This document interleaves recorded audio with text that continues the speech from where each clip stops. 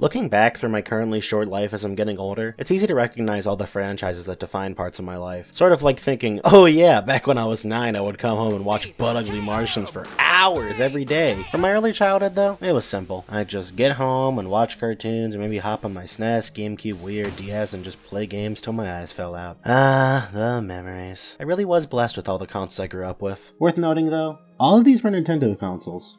We had all 3 PlayStations in my home and little bits of other stuff, but I can only think of about a dozen games I played on Sony consoles. And before I got obsessed with Minecraft in 2011, the only games I really remember playing on PC were Worms and Mario Flash games. I really was all over Nintendo.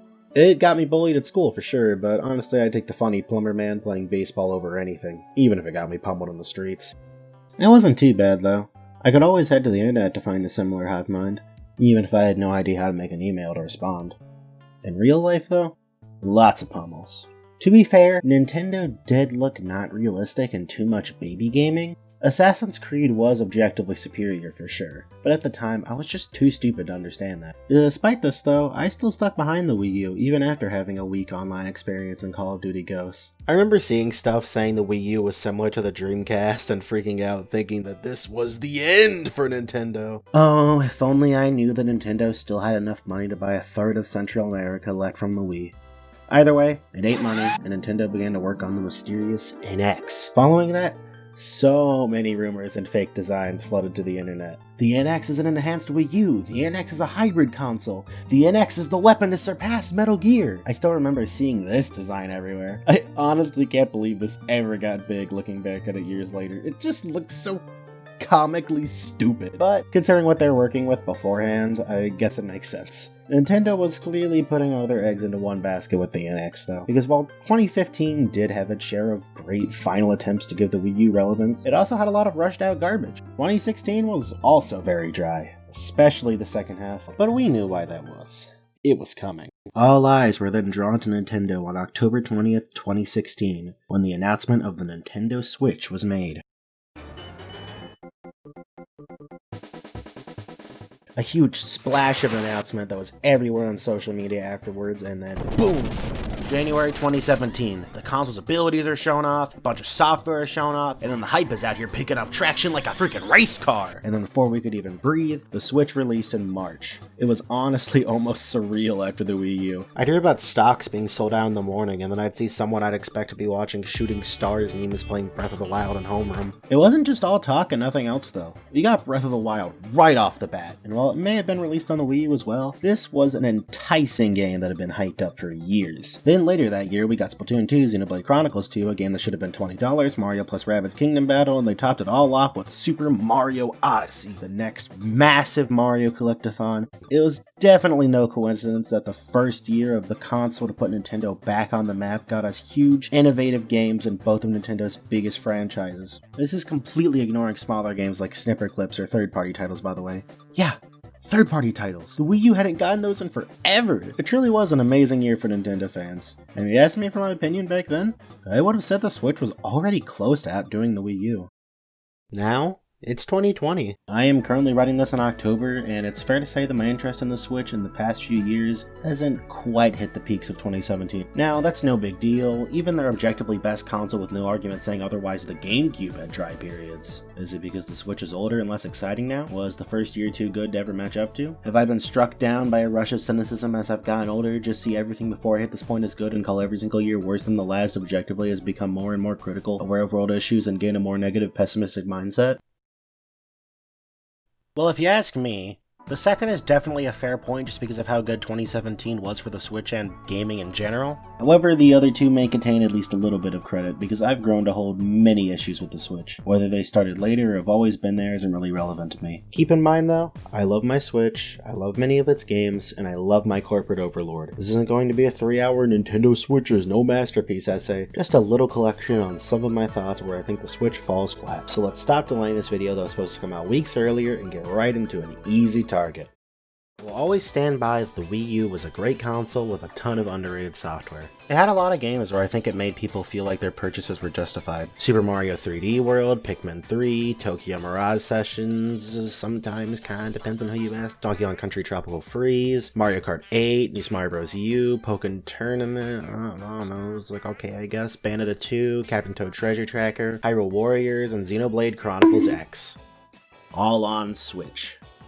Most on Switch. This is a ton of games, a large portion of the Wii U library, and basically most of the games that matter and aren't on 3DS. No one's gonna run up to Nintendo HQ and scream about the fact there's no Mario and Sonic 2016 port. Now, these ports aren't hurting anyone, or at least not me, I don't know, those cartridges are kinda fishy, but they sort of bother me. First, I don't think having a huge chunk of your release schedule being ports is a good thing. Sure, maybe to the Assassin's Creed gamers who didn't own a Wii U it's exciting. But I don't know, for me, whenever I see another port announced, I just kinda roll my eyes, take a drink of water, and wonder if Metroid Prime 4 will come out before I overthrow the internet and return it to its former glory. Perhaps I just can't let people enjoy things, or I get annoyed by people posting those "these are the only Wii U games left" images on Twitter. I don't know, I guess I just hate games being released. Second, I don't like how they do new content really. Take for example the Captain Toad port. I love the Wii U game, it was a charming little romp. But what do I see here? Odyssey levels? Ooh, and now there's DLC? Okay, that's awesome.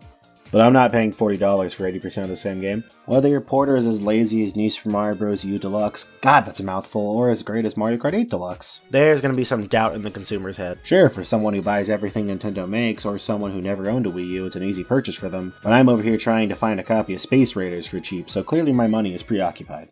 Now, I would be more forgiving of this, but unfortunately Nintendo is the absolute worst with pricing games. Go check out any AAA release from 2 years ago at GameStop, and I guarantee you it'll be $30 or less, and digitally it probably goes on sale reasonably enough. Assuming they aren't just giving it out for free on Game Pass or PlayStation Plus, that is. Meanwhile, Nintendo's out here selling what looks like a goofy, medium-budget Steam indie meme fighting game I could get for $7 on sale for full price. Like, when we get to the point where this is a great deal, that's when it gets a little silly. Look at Donkey Kong Country Tropical Freeze. Fantastic game, one of the best Wii U titles, $50 at launch, and it became a Nintendo Select title in 2016, making it $20. Nintendo then announced a Switch port which barely changed anything aside from adding a mode for beginners that's memeable because you play as Funky Kong, marketed $60. What? We've got it in stock at $60 plus tax. $50? $60 plus tax. $50. Incredible. So adding an easy mode apparently increases the market price by 3 times, or at least a 10 increase from the original asking price. And then they removed Tropical Freeze from the Wii U shop. What the hell, Nintendo? The only other port they ever did this at any point with was Pikmin 3 at the time writing this, so it's almost like they knew it was a bad deal. And for the love of God, don't try to defend this, it's anti-consumer at best, and Nintendo was intentionally trying to lower options even if the physical copies still exist. This affects non-ports too, like look at Link's Awakening's remake. This is a stunning looking game, and it looks like it made some control improvements as well. I say looks like because I haven't bought it, because why would I spend $60 on a revamped Game Boy game with barely any new content? Also, quick mention to Mario U Deluxe again, because they not only priced the game at $60 as well as barely making any changes, but they actually ended up making the multiplayer worse in the main game due to Toadette playing slightly different, causing some balance issues, created this monstrosity, and changed the mid-air spin controls so it can jump again, and the only way to change it back is with a cheat code. Okay, Nintendo. Tying into prices as well, a lot of games this generation have just felt really dry on content, or have been doing that stupid thing Splatoon started where games release tiny updates every decade. Oh yeah, I'm talking about you. Kirby Star Allies is a strong example. I was super excited for this game and was really into Kirby at the time after playing Robobot, so I was really excited to see what this game would bring to the table. And it was good. It wasn't really impressive though, the game was short even by Kirby standards and the side content was lacking. You could probably do everything in the game in like 8 hours. Now I'm a little bit biased here because I rarely ever buy new releases around launch, but I felt a little gypped there since the game costed $60. However, they kept drip feeding content in the form of these extra characters called Dream Friends you could play as. Sounds great, but really using them is just playing largely the same game with a tiny bit of unique level design and an advanced copyability. Then, over 6 months later, they added Heroes from Another Dimension, the big content addition the game needed. The thing is, I didn't care anymore. I finished the game months beforehand, and now that another short second campaign was added, it was just too little, too late in my opinion. The biggest disappointment for me though was Super Mario Party. A good game that kinda dropped the ball. And yes, I did freak out when this game was announced.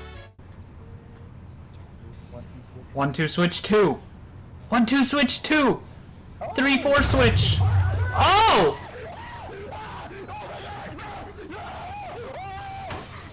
Oh shit.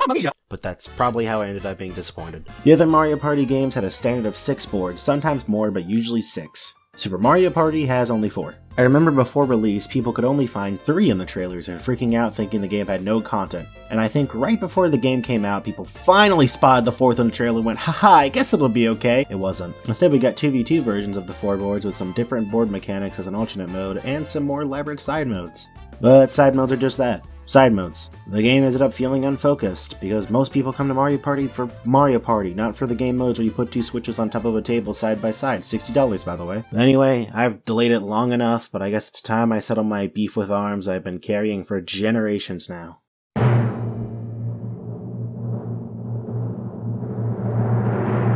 ARMS is alright. I don't know, it's kind of like poking to me. It's a little fun, but not something I'd want to come back to.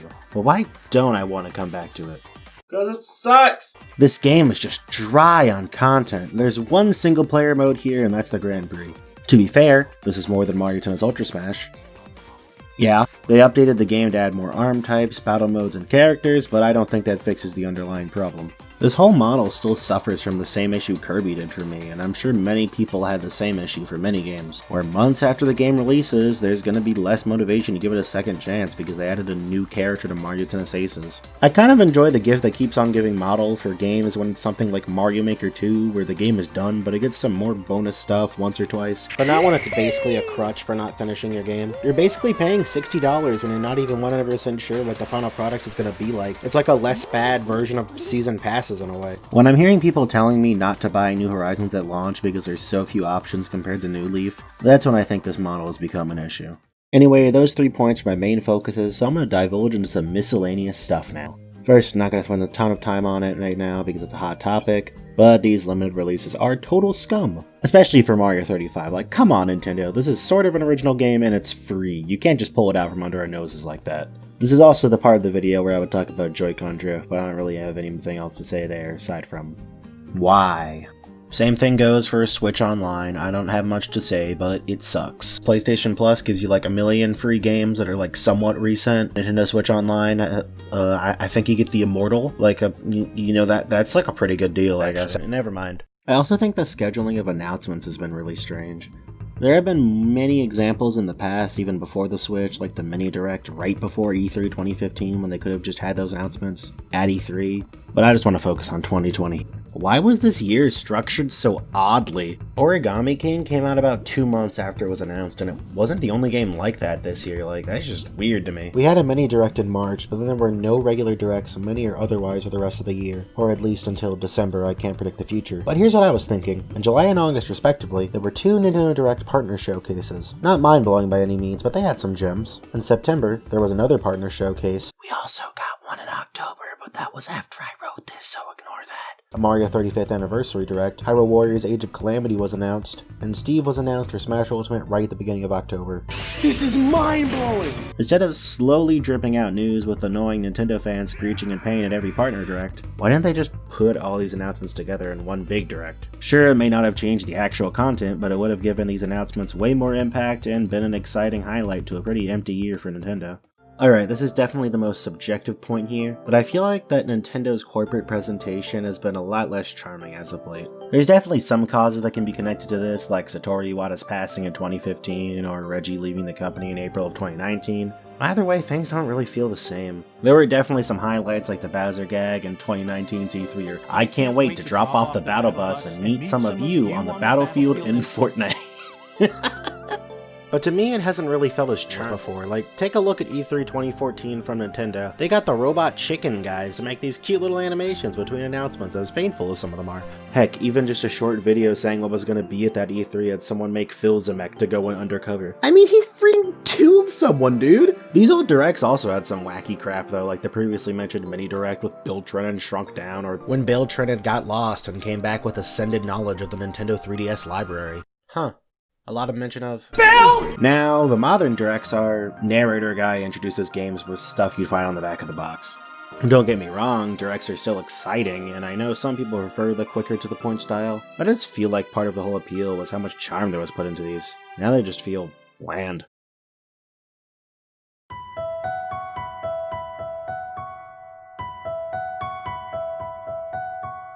But yeah, that's about everything I have to say. Just another reminder though, because I know this video is pretty negative, I love Nintendo, and while the Switch has brought games that disappointed me, I also played fantastic games on my Switch that have made my purchase justified, even if I haven't been a fan of every big release on the console. You just have to be able to criticize your favorite companies, no matter how important they are to you. And if you want to share your own perspective on how Nintendo's been recently, feel free to do so in the comments section. I'd love to see some other opinions on this. Either way though, no matter how many mistakes I find Nintendo makes, in the end, I think the Switch will still be remembered fondly in the future. I mean, how could you not remember a console with Tales of Vesperia Definitive Edition fondly? A fan-favorite game in one of the best series of all time, Tales of. Available not only on Nintendo Switch, but PlayStation 4, Xbox One, and PC. The normal price is $40, but it often goes on sale for only $20. That's 1/3 of ARMS! With lovable characters, a great story, and satisfying, addicting combat, Tales of Vesperia Definitive Edition is a game you most certainly should add to your collection. Buy it. If you enjoyed this video, please make sure to demolish that comment button to say I should just be grateful that I'm actually very entitled and stupid. That's all I have to say, and I hope you have a great day.